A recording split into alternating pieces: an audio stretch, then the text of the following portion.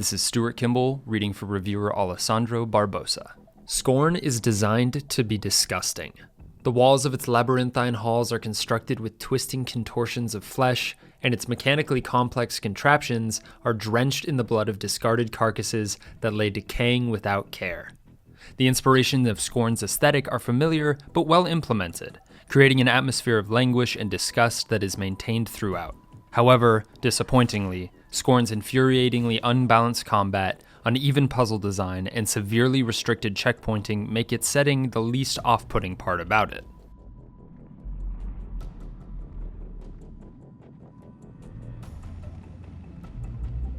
Scorn's most immediate impression comes from its aesthetic. This is textbook H.R. Giger with the artist's flair for biomechanical structures influencing every biome you visit in Scorn. If you've watched the likes of Prometheus recently, you'll be quite familiar with the types of interweaving, fleshy layouts that Scorn has in store, with some variety in each new area preventing the presentation from feeling stale. The gratuitous violence and frequent body horror is less impactful, however. There is some initial shock value in seeing your arm mangled as a new key item is seared into it, or watching as a parasite latches onto your body to slowly rip out your intestines, but many of these actions are repeated frequently enough that their impact diminishes over Scorn's 7-hour runtime. Scorn's violence isn't memorable, instead it's a disappointing departure from the well-crafted horror of its inspirations, wasting the potential of its alluring aesthetic. Exploration and puzzles are at the core of Scorn's gameplay loop. You'll explore a handful of different constrained biomes during each of the game's 5 acts, all of which are large, multi-step puzzles made up of small ones that must be solved in a specific order. Most solutions come about through simple exploration. Each space has multiple areas for you to poke around in, but usually only one correct path to follow, meaning you'll regularly come across multiple dead ends before arriving at the correct route to take. Interactive consoles often let you manipulate the space too, moving around large objects to complete other routes that let you progress further into the biome you're currently in. Each of these spaces feel like one big Rube Goldberg machine that you're slowly activating one piece at a time, and it's satisfying to see levels fold in on themselves and click into place once you've got everything down. This is crucial given Scorn's purposeful lack of storytelling, with only 2 short cutscenes at its start and end tasking you with making any sense of everything in between. Much of this exploration is broken up with smaller minigame-like puzzles that are far less engaging, however. There are a handful of different kinds, although many of them are repeated in quick succession, which dilutes the already lackluster impact they have.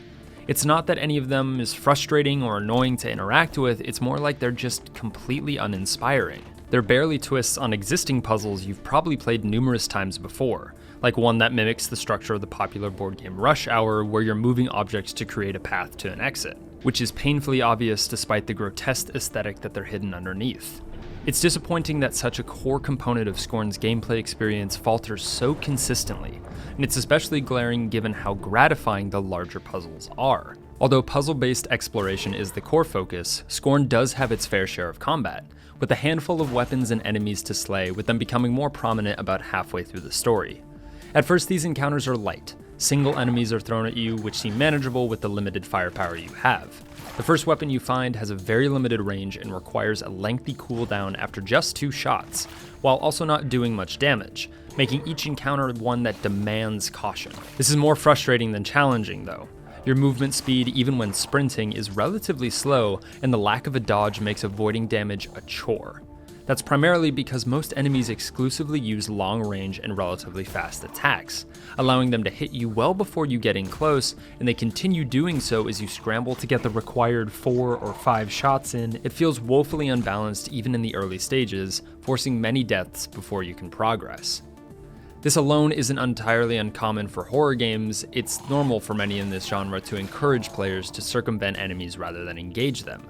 It's clear that Scorn expects this too, but its combat encounters leave little room to do so. Although some enemies are placed in spaces that allow you to cleverly find alternate routes around them, many of them appear in narrow hallways that don't allow you to get on the other side of them easily. You'll routinely take damage when simply trying to sprint past most of the game's foes, which you'll have to do frequently given the lack of both ammunition for later game weapons and life-giving health stations. This stretches beyond just challenging and falls squarely into infuriating territory, as many deaths are a result of an increasingly brutal gauntlet of enemies that you are both ill-equipped to face and nearly incapable of avoiding. Worse still is the fact that at least one of Scorn's 4 weapons can be entirely missed, making long stretches of the game nigh impossible to progress through, with encounters feeling designed for tools that you don't have, and cannot go back and retrieve. The increasing number of combat encounters highlights how brutal Scorn's checkpoint system is too. There were instances where a death threw me back multiple steps in an axe overall puzzle, forcing me to redo mundane and safe tasks and obtain key items again before tackling the same enemy. There's only a single checkpoint stored at a time too, with no option to manually save. This doesn't seem like a problem initially, but it becomes infuriating when used in conjunction with the caching of your total health at the same time. There were multiple instances where Scorn saved my progress while being just a single hit away from death, with multiple enemies around the corner lying in wait. The only other option aside from depending on some luck was to reload the entire act, often meaning a loss of hours of progress.